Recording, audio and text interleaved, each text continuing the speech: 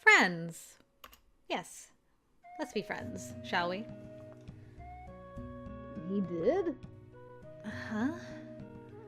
I wake up to the sounds of a conversation. Given that the only people to come into the master bedroom are me, Toya, and Uru in the morning, I sit up feeling somewhat puzzled. Is someone here? Subsequently. And... understood. I could hear a conversation on the other side of the door. Get to meet the brother again. Uru's voice is always so stiff, but this time it felt a little more relaxed. That's rare. Who could he be talking to? I quietly got off the bed and peeked through the crack in the door. Her Majesty? Good morning, Her Majesty. Good morning. Is there something you need from me? Perhaps thinking he'd be scolded for coming here a bit late, Uru turned around in a bit of a hurry. No, I just overheard a conversation and was curious. Are you two friends? Yes, my name is Mul. I serve as the Chamberlain for Lord Toya. Mul? Yes, I'm Uru's brother. Now that you mention it, you do seem similar. They might be a few years apart, but their facial features and especially their presence were similar. Her Majesty, my Mul has come with a message for you from Lord Toya. From Toya? Speaking of, this morning Toya did go off to work early and I didn't get to see him. In addition to not giving me his message directly, he did seem to be in a hurry. At least he's finally sleeping, but he's still working too hard. Yes, he said, I was going to come get you this morning, but Noel came to me with an urgent task. Apologies for leaving you alone. I should be able to come back by the afternoon, so why don't we have a light lunch in the courtyard? A different flower from before is in bloom. That's the message. You remembered all of that in one go? Yes, it's the words of our king. As expected of Uru's brother. Got it. Thanks for the message. Apologies for disturbing you so early in the morning. He stood up straight and bowed correctly. Oh yeah, he's definitely Uru's brother. So, you've got a big brother? Yes. Before I became Her Majesty's Chamberlain, we worked together in serving Lord Toya. Mul is an excellent Chamberlain. You really look up to your older brother. Yes. Mul is what I aspire to be. So Uru has been imitating his brother's attitude and manner of speaking. What are the things your brother does that you respect? There's a lot of things, but the most would be his devotion. Devotion? Yes. He doesn't just follow orders, he thinks about his master and sometimes makes the best decision. That's something that I believe is very difficult to do. But Uru, you're doing that too. I'm still lacking in dedication, and I'm inadequate in a lot of ways. That's not true. Uru, you're the best servant for me. Her Majesty, you are far too kind, and sometimes I worry about you. What do you mean by that? I am your male servant. I don't get it. I pout a bit, not satisfied with his answer. Uru seemed a bit bothered, but also slightly smiled with a bit of happiness behind it. I am happy to serve Her Majesty. I am also thankful to Lord Toya for assigning me to such a good master, and I must devote myself further. His non-childlike way of expressing thanks, after listening to the current conversation, made him seem more cute. Uru's doing his best to be just like his brother, who he respects. But I wonder if he doesn't get tired always being so nervous. I might be speaking out of line, but I think sometimes it's okay to be wrong. What? For me, as well as Toya, you don't always have to be so formal around us. Huh? This time Uru tilted his head. I giggled and patted my cute servant's head. There, there. Alright, well I think that'll do it for a bit, so I shall skip ahead and bring you in when something changes. Okay, no new choices yet, but Uru's popping up again. So we skipped through a bunch of Solana and Shalu stuff. So mostly Shalu, to be honest. Just trying to get the women on our side for Toya again. But Uru's back. When I stood by the window to change my mood, I heard the door open behind me. Her Majesty, I brought you a new drink. He probably read Mole's report. Uru, who seems to care about my feelings, brought me a new tea. In addition to the steaming tea, red flowers were placed on the tray. It's a lovely little flower in a vial. Thanks. What's with the flower? It's a new bloom in the courtyard. From His Majesty to Her Majesty. I see. I figured he would be pressed mentally, but he was worried about me. I'm moved by this gesture. But that flower reminds me of something. I tried to figure out what it reminded me of. After thinking about various flowers, I hit upon one that fit perfectly. It looks like the nameless flower. This is one of my favorite Uru faces. He's just like, The red flowers that bloom on the banks of the Seg River are hated for some reason, so it was no wonder that Uru, who picked up my mutter, frowned. That flower is a bad omen, Her Majesty. Everyone says so, but I like that flower. But the adults all say that it's the cause of the rot. That's just a superstition. Why does Her Majesty think so? Because I remembered in a dream a flower garden along the river where I played with Bayal. The two of us played in that place many times and talked until the sun went down. A long time ago, there was a boy who was playing with me in that flower garden. Were you in the flower garden of nameless flowers? Yes. We got along very well and even promised to get married. Married? But it was just child's play, so I don't think he was all that serious about it either. Bayal looked to be much older than me, so I understand now that troubled laugh he gave every time I proposed. He must have figured that I'd forget that child promise someday.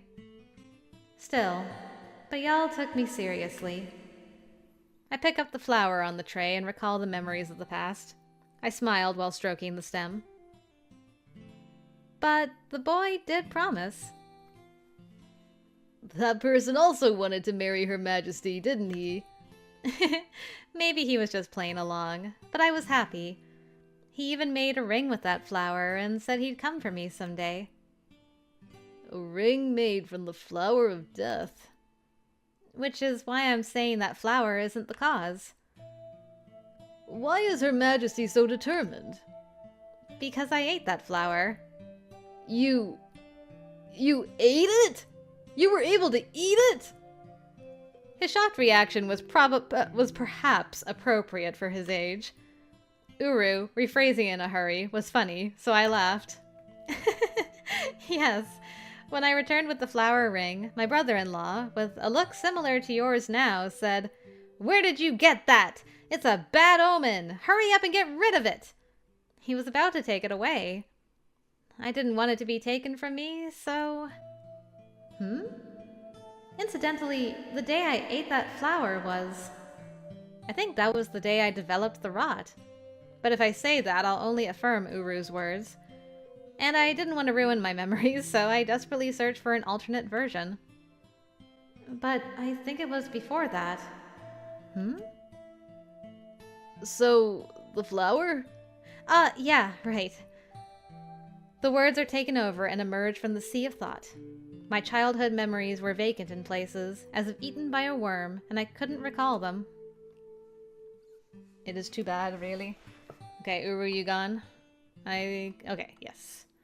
And this is a choice we've made before, so I'll skip ahead a little bit and bring you in when something else happens. Okay, I fast-forwarded through quite a few of the choices we did with Toya before.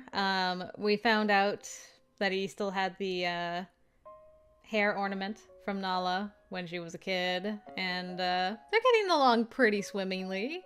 He knows now about the flower being a potential cure for the rot.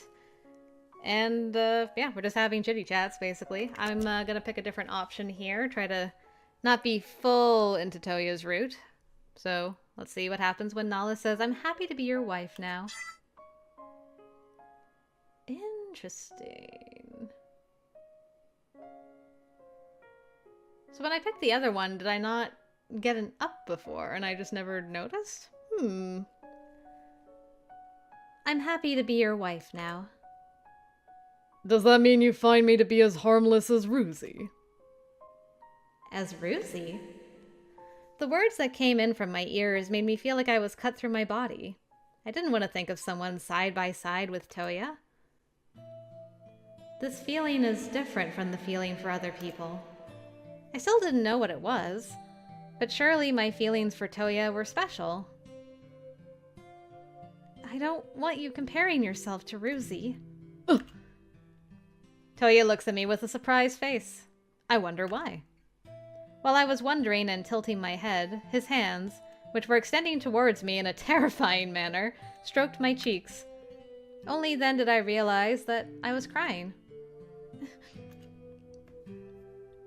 Why are you crying? I don't know, but you say sad things. What was sad? I don't know. Toya, you idiot. Without knowing why I was crying, I continued to shed tears. Toya, who had a sad face, looked a little happy, so I was even more disappointed. Idiot. Idiot. Why are you smiling? I don't know either. Maybe because I'm happy. We drunkenly continued to confess to each other that we didn't know, didn't understand. Man, that played out, like, quite a bit different. Interesting. Sweet kisses. Is this a new chapter, or are we back to normal? Okay, we're back to normal. Cool. Fun. Well, I will, fast forward again until something happens. Okay, dialogue stopped. So, Naala and Toya had their special night together in the bedroom. Wink, wink. So, yeah, I guess something different's happening the morning after this time. I'm sleepy. I want to sleep. But I can't say that out loud. If I do, Uru, who's serving me right now, will ask why I'm sleepy. And that would be a little... no, very embarrassing.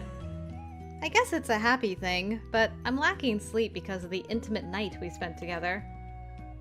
I stretched out my body while yawning sloppily. Upon stretching out, I rested my chin on the desk. I really want to just go limp, but I'm already at the limit before Uru reprimands me. Her Majesty. As I was covering up my yawn with a sigh, Uru, who had been watching me from afar, came up to me. You are so close, like way closer than you've ever been. I was panicking internally about what he was going to ask me, but I was taken by surprise by the small plate he gently placed down. I hear that sweets are good when you're tired. If you don't mind, please have this. On the plate was beautiful, fox-colored baked sweets with a delicious smell. Just inhaling the sweet and delicious smell made my mouth salivate. Looks delicious. I am not sure if it is suitable for Her Majesty's palate. By any chance, did you make this, Uru? Yes, I did. Her Majesty looked tired, so I borrowed the kitchen and made this for you to enjoy while you were having dinner. Wow, well thank you. Thank you! May I eat it? Of course. The good smell lured me in, and I immediately took the first bite. The moment I bit into it, the sweetness that filled my mouth seemed to gently permeate my body. They're in an easy-to-eat size, so I found myself continually reaching for them. Eating sweets really does perk me up. Thank you as always, Uru. I am Her Majesty's Chamberlain, so gratitude is not... I want to thank you for being kind to me. Your position doesn't matter. When I said that with a smile, Uru pressed his lips and looked down slightly. Combined with Uru's beautiful girlish appearance, his shy gesture was cute and irresistible. However, if I said he was cute, Uru would probably have a complicated expression on his face. Well, if you would like to eat it again, please let me know anytime. Yeah, I think I will ask you again sometime. Maybe I'll leave a few behind. Toya is also probably tired, so I'm sure he'd love these. I think, while stuffing my mouth with baked sweets. Toya is busier than ever these days. Eating something like this, he may be able to relax his mind and body a little. Hey, Uru, can you teach me how to bake sweets too? How to bake these? Yes. You'll be making these yourself, Her Majesty. Yes, is there a problem with that? I said it lightheartedly, but Uru made a difficult face. After eating your sweets, I really felt that my fatigue was gone. And Toya's been really tired lately as well, so I'd like to make some for him. For Lord Toya's sake. Yes, he's working hard for everyone, so I want to do what I can for him. Aw, Uru looks so sad. Uru! Uru? For a while, Uru silently looked down at the baked sweets. After a short pause from the question, his slightly downcast face rose. Then he nodded his head as if he had made up his mind. I understand. Then I shall guide you to the kitchen. I'm sorry for the sudden request. I hope I didn't embarrass you. I am not embarrassed at all. I'm Her Majesty's Chamberlain, so you can ask me anything. As he smiled, his face seemed to no longer have any hesitation on it. He seemed to be having fun. Relieved, I envisioned making sweets together with Uru from now. Alright, let's go make some sweets. I wonder if I can make them as delicious as yours. The basics of making sweets is to properly measure the amounts. If you don't neglect that process, you can make delicious sweets. Okay, I'll give it a try. Then there's the mixing of the flour, but there's a little trick to it. Oh, that sounds like fun. Hi, Mole. Nice of you to join us. Would you like to make some sweets with us? It'll be fun. We could all wear aprons.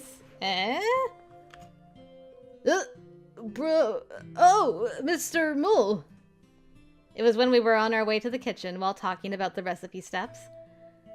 A voice called out from behind, and I turned around to see Mole, Uru's older brother, who served as Toya's chamberlain. Mole bowed and politely greeted me, with a beautiful face that resembled his little brother's smile. Oh my goodness, what a beautiful smile Mole has. Mole, don't distract me so. Are you heading out today? No, I'm going to the kitchen today. To the kitchen? When I told him where I was going, Mole tilted his head curiously. Was there something wrong with your meal? If you have a request for the chef, I shall make it in your place. I felt that the tone of Mole's voice had become a little stiffer. Maybe he doesn't like me going to the kitchen. But I felt it was wrong to tell a lie, so I decided to be honest about my plans. I have business in the kitchen itself. I'm going to ask Uru to teach me how to make baked sweets.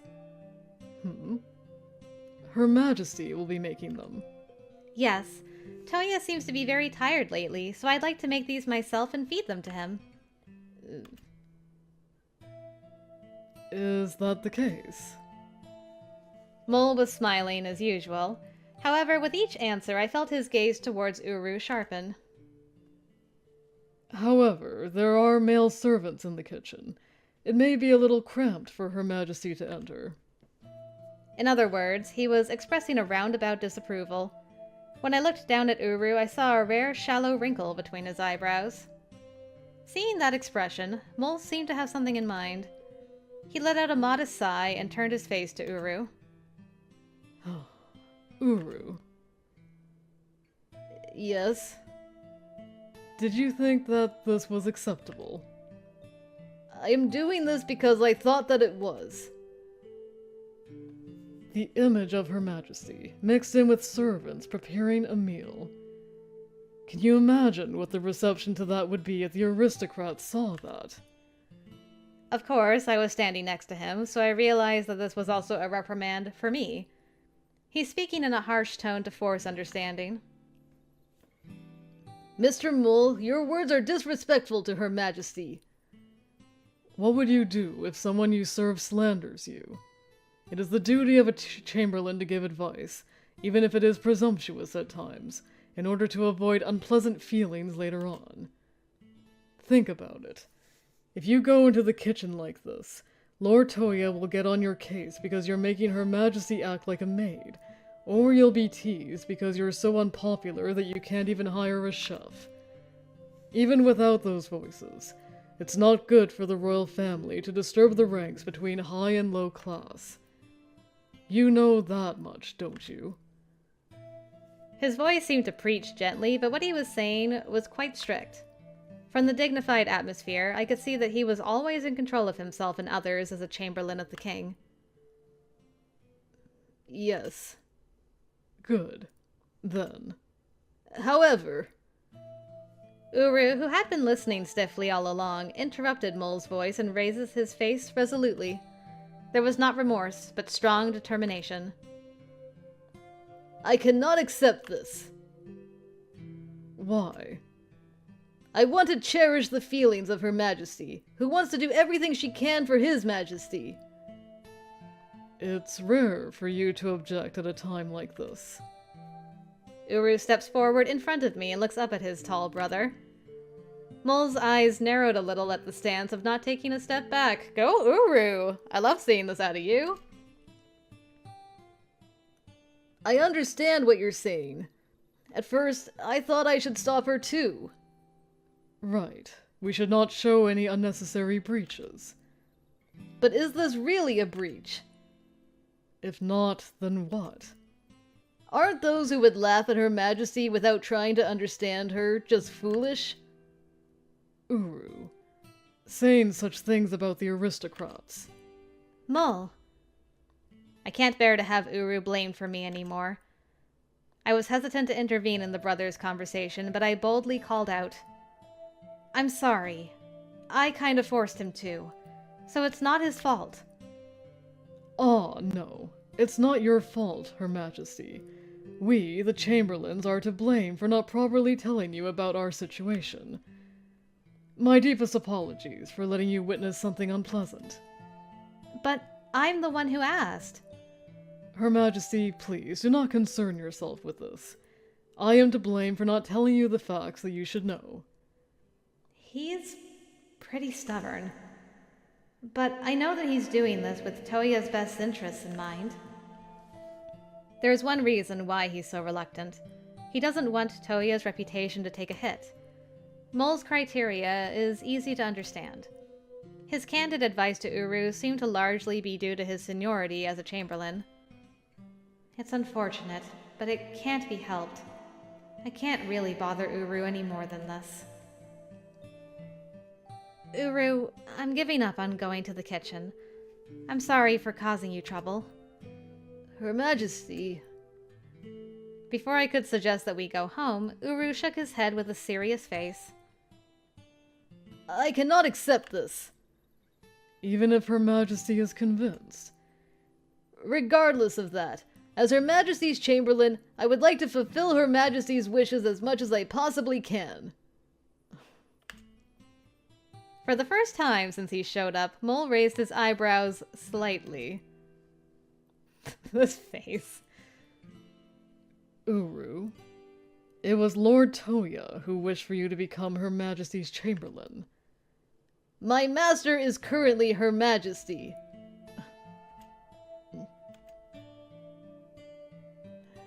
You got me. Mole sighed and shrugged as if he were really troubled. Is this good, to honor Her Majesty's wishes, even if it affects His Majesty's reputation? If this were an act of pure interest, I think it would be correct to warn against it. However, I do not believe that an act of kindness would bring harm to the royal family's reputation. Isn't it negligent of us to bind good intentions to dignity? I want Her Majesty to live more freely, to live as she pleases. Uru. Her Majesty does not treat others as Nasla persons or as men, but as human beings, without any distinction between you or me. Despite that, don't you feel that it's wrong that we should make Her Majesty feel confined? I see. Well, your opinion may be correct. However, you shouldn't expect others to see things the same way you do. And some of the castle's cooks do not seem pleased when women enter the kitchen. I thought the same way as well for a time. However, watching Her Majesty's way of life, I came to think, if we stick to reputation and just block the will of the individual, Nasla will never change. If Nasla doesn't change, I don't think there will be any further development. That's how you were thinking. Uru rarely speaks his mind in front of me. So I was glad, though inappropriate, to have this opportunity to hear what he was thinking. Oh, excuse me. Right now, Uru's highest priority is protecting my freedom, even if that means going against the words of his brother who he loves and respects so much. Mr. Mole, I ask for your understanding.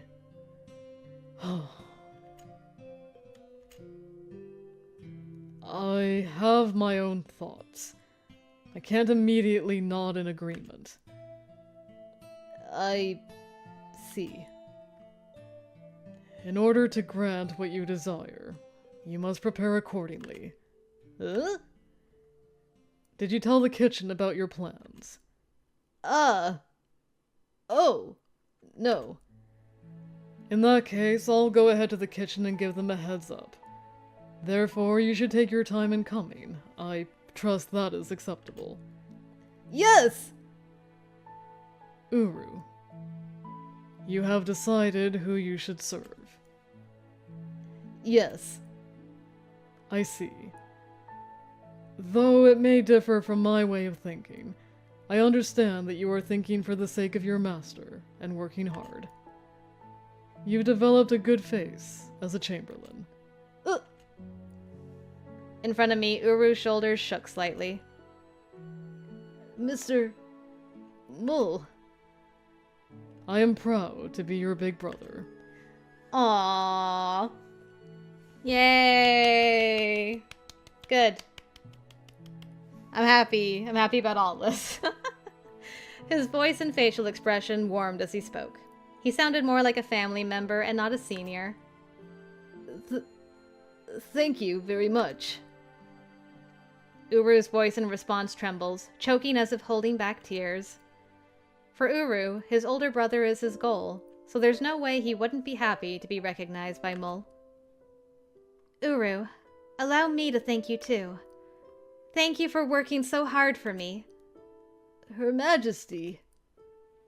Feeling like I can't express my gratitude with words alone, I took a step forward and held Uru's hand. Ah! Her Majesty! Thank you. I can't say it enough, so I thank him again. Uru lowered his eyebrows and the corners of his lips as he blushed. Her Majesty, as I have continued to say, you shouldn't be so forward with touching a member of the opposite sex. I know, but I wanted to show my gratitude. I have received your feelings, so your hand... Prompted, I reluctantly let go of his hand. The hand that I had clasped was dyed bright red right up to his fingertips. Thanks to my cute master? Wait. Not cute servant? Afterwards, thanks to my cute master, the baked sweets we made together were delicious.